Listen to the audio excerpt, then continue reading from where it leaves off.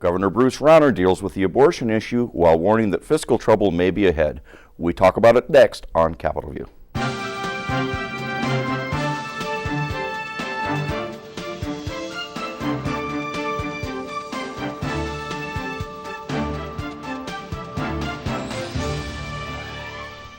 Welcome to Capitol View, the weekly program where we talk about state government, politics, and how it might just affect you.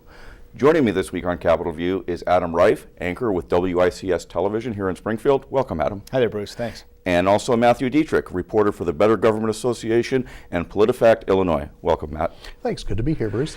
Even as we tape, literally within the last half hour, Governor Bruce Rushton has signed, or said he will sign, House Bill 40. I presume he has signed it. As I say, this is a developing story as we are here.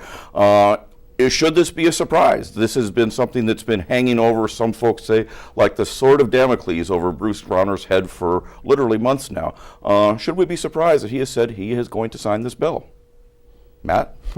Well, I think either way might have been a surprise, whether he was going to veto it, whether he was going to mandatorily veto it. That was something that was what I was betting on. That he would take out the taxpayer funding, sure, and leave the rest intact, and then let the General Assembly duke it out after that. Which really would have been, I think, probably killing it, but not, outright killing it. And everything that we know about this administration from the start is that they never make a move without polling first. They know what the polling is on everything that they do.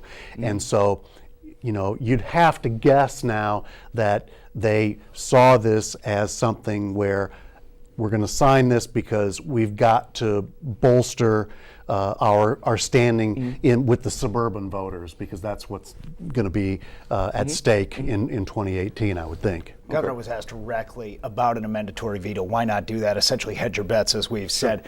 He pointed to the votes. Neither the House nor the Senate passed this with the 3/5 that would have overturned a veto. So he said there wasn't support there. He also, the theme of his press conference today, and again, as you mentioned, it's developing. We're getting reaction as we're taping here, but his theme was there just wasn't compromise. He reached out for the past several months, even in the spring when this was being discussed and debated on the floor of the House and Senate. He was trying to work behind the scenes, he said, trying to get some compromise, and said he didn't have it from either chamber. So if anybody sees the press conference in the next few days, the governor looked morose, he looked defeated, he looked like this was a no-win situation. So a surprise either way, probably, certainly disappointment either way, no matter what he did, I think, from both sides. His base is really going to be upset right now. Sure. I mean, when he did talk about it, I tried to find common ground, but let's be frank here. How do you find common ground on an issue like abortion? That's just one of those, it's this or it's that, isn't it? It absolutely is. And now we've already seen reaction from Peter Breen, a Republican, that he was very emphatic how disappointed he was in Governor Rushton. Said he can't support him anymore. And not just on this issue. He said this is the one, essentially, to paraphrase, that broke the camel's back for him. But he really went in hard on the governor, saying not a strong negotiator, didn't accomplish a whole lot, and he is now pulling his support in that statement.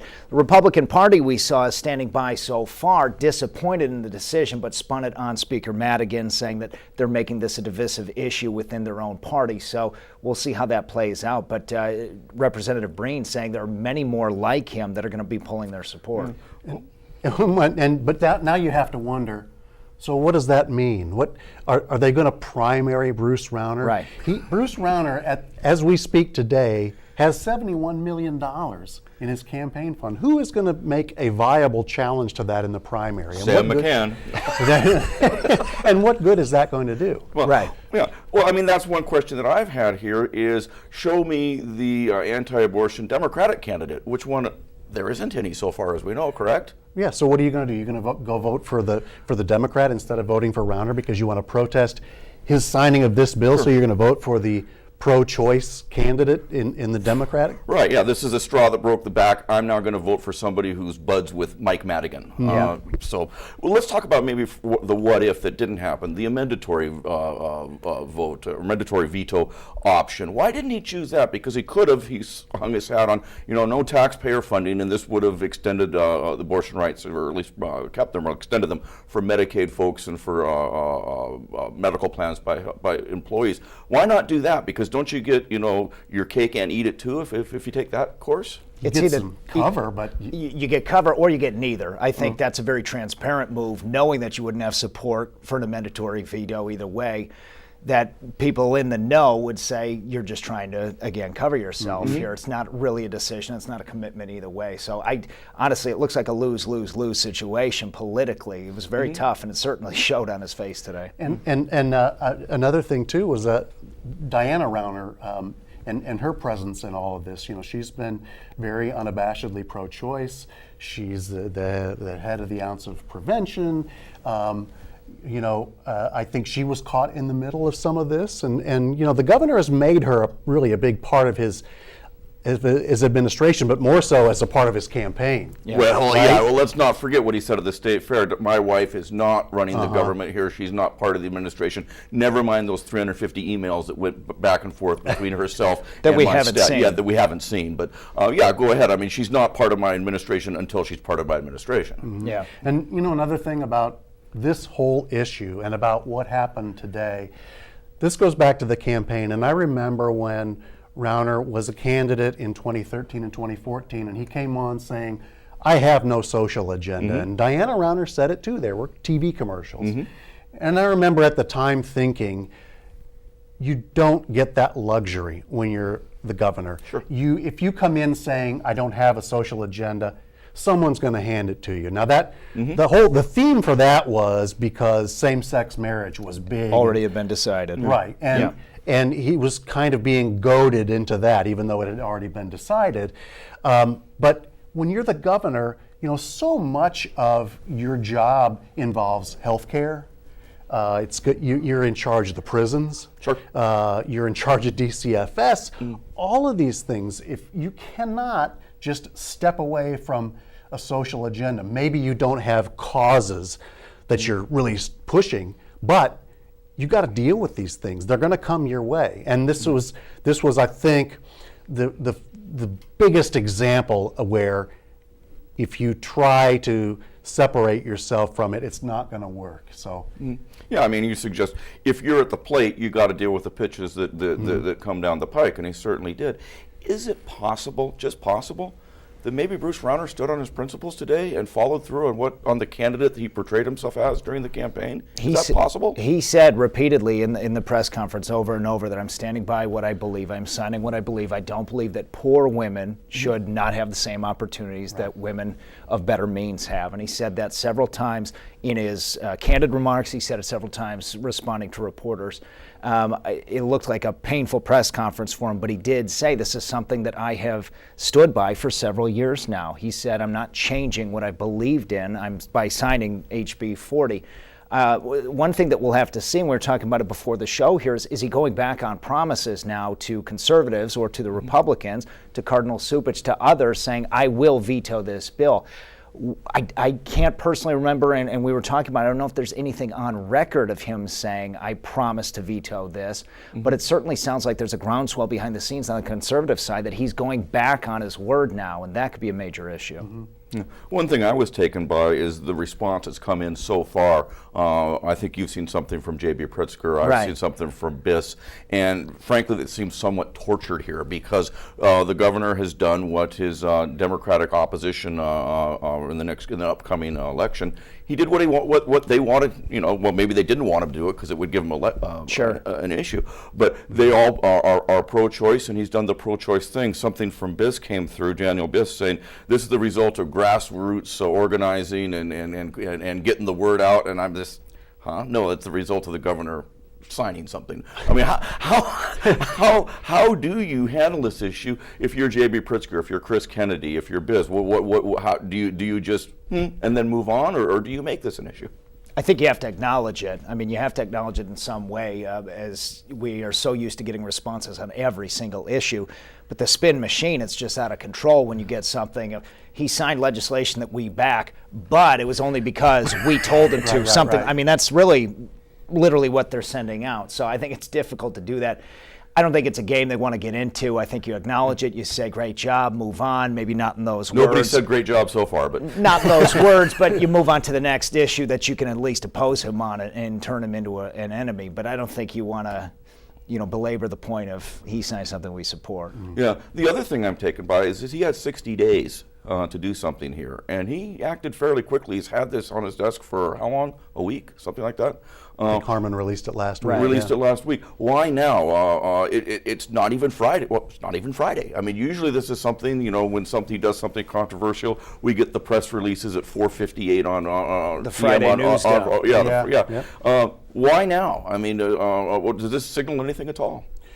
I think if they had tried to sneak this in at 4:58 p.m. on a Friday, it would have gotten even more attention than it got by doing it at 3 p.m. on a Thursday. Yeah. So I think they just kind of conceded that we're not going to be able to control the reaction on this. Let's just do it, and here's what it is. And what? Go ahead. I'm sorry. The other thing I think about is I think about some of the challenging moments of this campaign for several of the candidates, and the one that struck me were the tapes of J.B. Pritzker and Rod Blagojevich talking, which seemed like a blip now, but at the time when they were released, the Chicago Tribune articles, it seemed like a major thing. There was talk about how is he going to last in this campaign.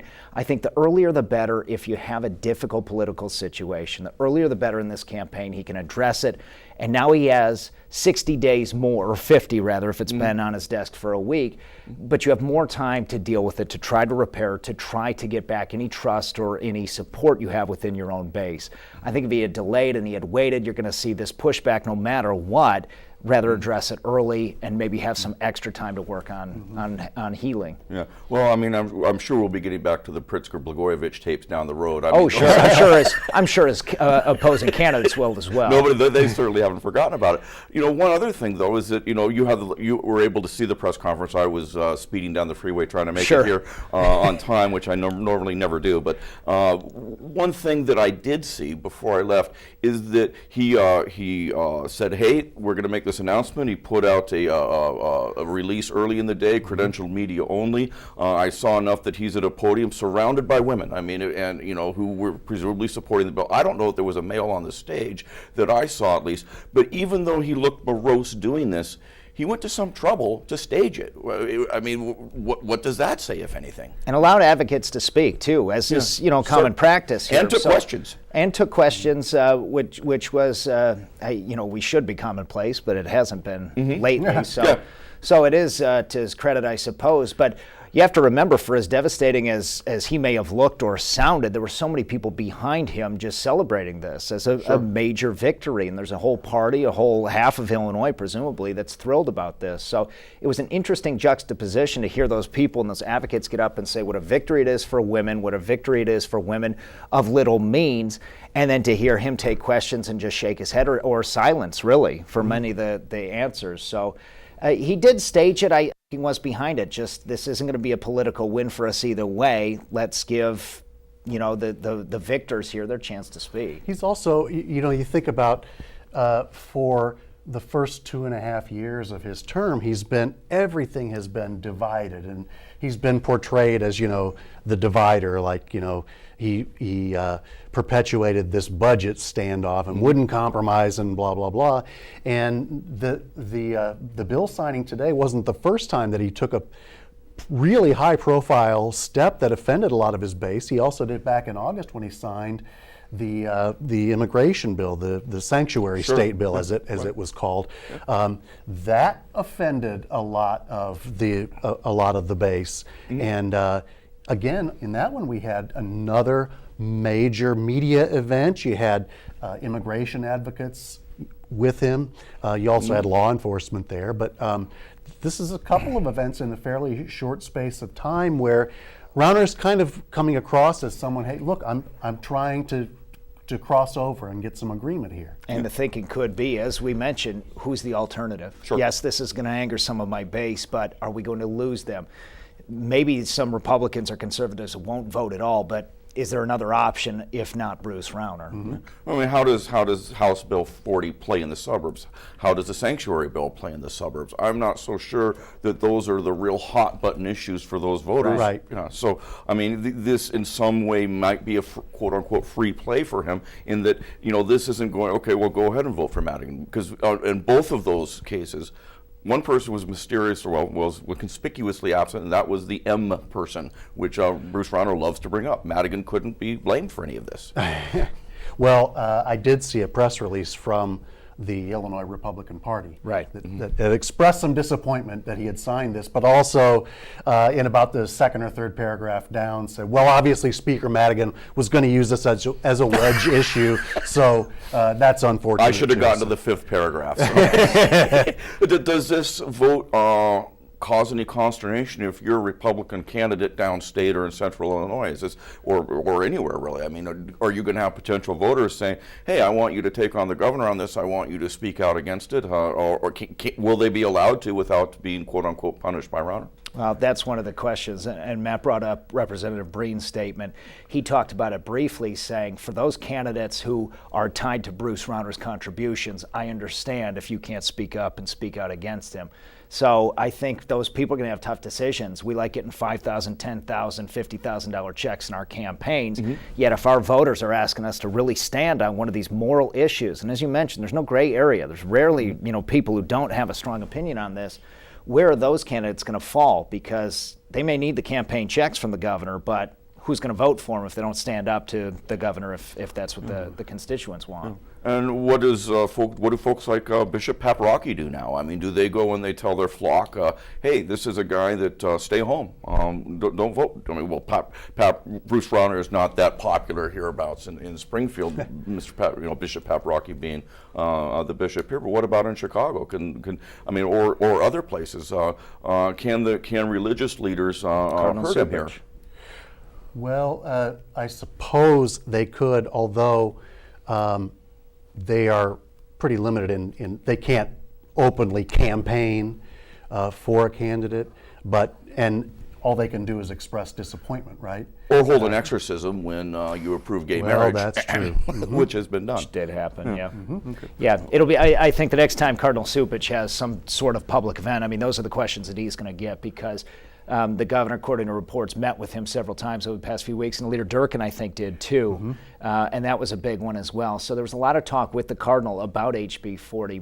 And this is interesting too, because he had just come out of working closely with Cardinal Supich on SB 1, in which they included the private school scholarship fund, where they're going to grant up to $75 million in tax credits beginning January 1st. So that was a big victory for Supich and for private schools. And now the pendulum suddenly swings the other way, and this is obviously not a big victory. Not a big victory. Cardinal Supich, I mean, I would imagine that if the Catholic Church had to pick one or the other, would you rather have $75 million in educational funding, or would you rather see potentially the end of abortion? I don't think that would be a close call for them, would it? No. No. It would not be.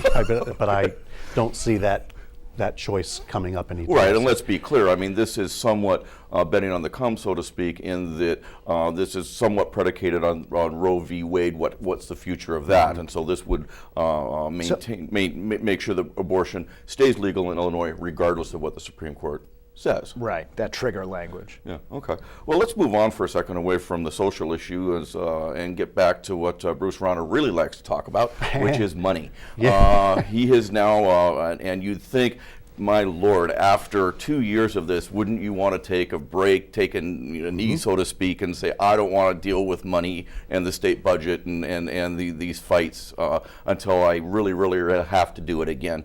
But he's doing it again. Why, Matt? He says that the budget that was passed against his wishes on July 6th, when his veto was overridden, now he's saying it's more than $1 billion out of balance. Okay. And for the Better Government Association and Politifact Illinois last week, I wrote a fact check. We did a fact check on, is that statement accurate? And we rated it mostly true. Okay. But it's not just a kind of a face value judgment here. He's saying it's more than $1 billion out of balance, and $500 million of that imbalance comes because the governor says that anticipated pension savings that were figured into the budget, $500 million of that is not going to materialize in FY 2018.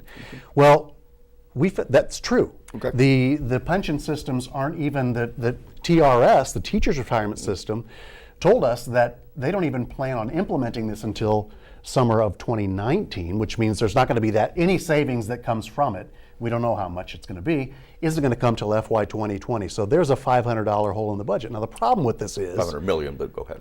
500 million. So the problem with this is that figure came directly from Bruce Rauner's own budget that he had presented back in February. So the budgeteers were simply taking Bruce Rauner's numbers on a pension reform that he really, really wanted, by the way. And that was listed, as you write in your deep dive here, as negotiations, or what was the phrase? He wrote it as working together or something. Yeah. Finding common ground. Finding common ground. Bruce Rauner's version of a balanced budget back in February was one that had like a $4.6 billion line item that said, imaginary money here, we don't know where it's going to come from, but it's balanced. So now he's coming back to say this one is not balanced.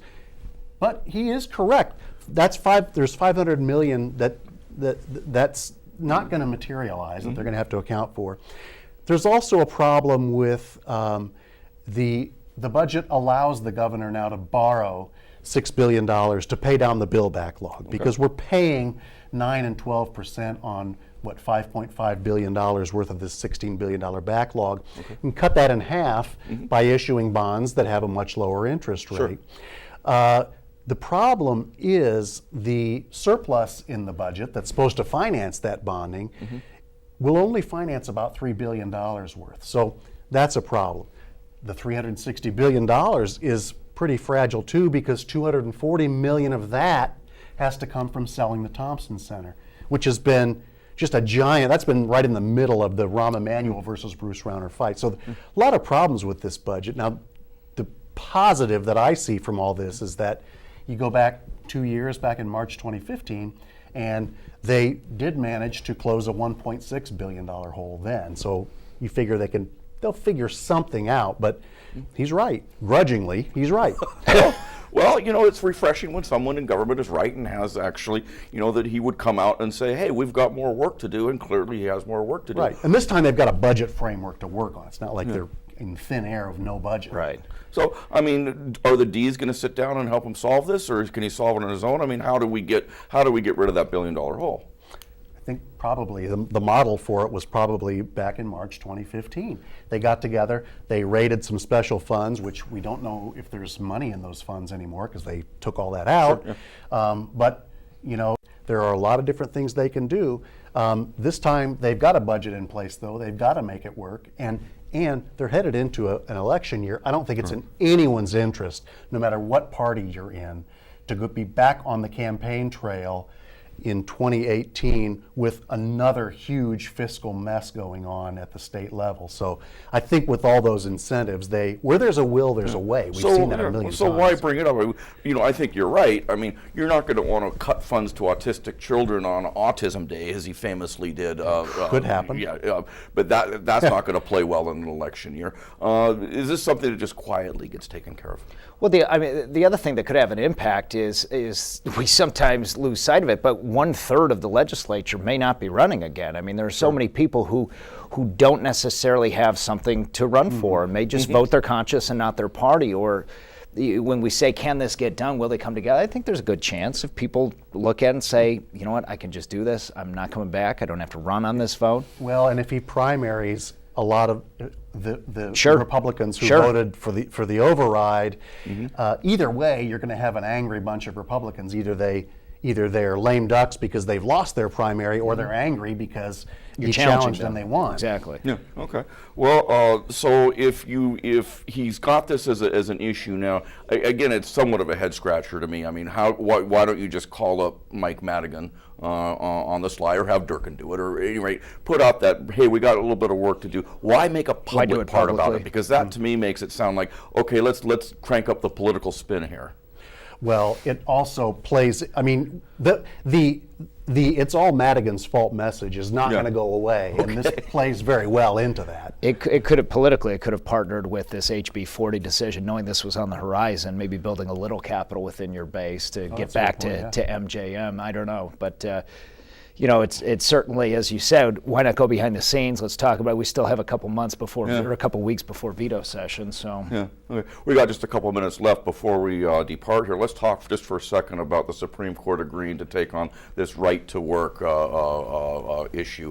What's going on there? I mean, in terms of Rauner clearly wants folks to not have to pay their union dues and still enjoy quote unquote union benefits, which is kind of a backdoor way to take, I think, probably taking the whole rug out from underneath the unions. How might this play? I mean, is it a possibility that we'll see some sort of a Supreme Court decision plop in the middle of the fat of the campaign season? They have until June. Yeah, until next June. It looks that way. Yeah, I mean, it certainly looks that way. So the timing may be right, and with Neil Gorsuch now on the bench for the Supreme Court, there is a conservative majority. And if Scalia had not died right when the original case, because this case is just a carbon copy of a case that was that they had already argued, but it was all but certain that court that the Rauner side would have prevailed on that. Yeah, and so that gives then, I mean, it would seem to throw somewhat gasoline onto an already contentious issue here in the midst of a gubernatorial campaign. I think the D's are traditionally, and for good reason, enjoying strong union support. Pat Quinn not as much last time, but you know, where would they rather be now? Would you rather have Rauner or Quinn? Right. I think that's probably an easy one. Yeah, for them to answer. Yeah. Rauner's not directly involved in the Janice AFSCME lawsuit right now, but obviously he has that stake in it politically. You're alluding to the negotiations for the contract. That's going to have major implications. So certainly, you know, they came out strongly on that too, saying this is great news for, you know, the Rauner side. Sure. Okay. And with that, we're out of time. And so thanks again for joining us, and thank you for watching. We'll see you again next week on Capitol View.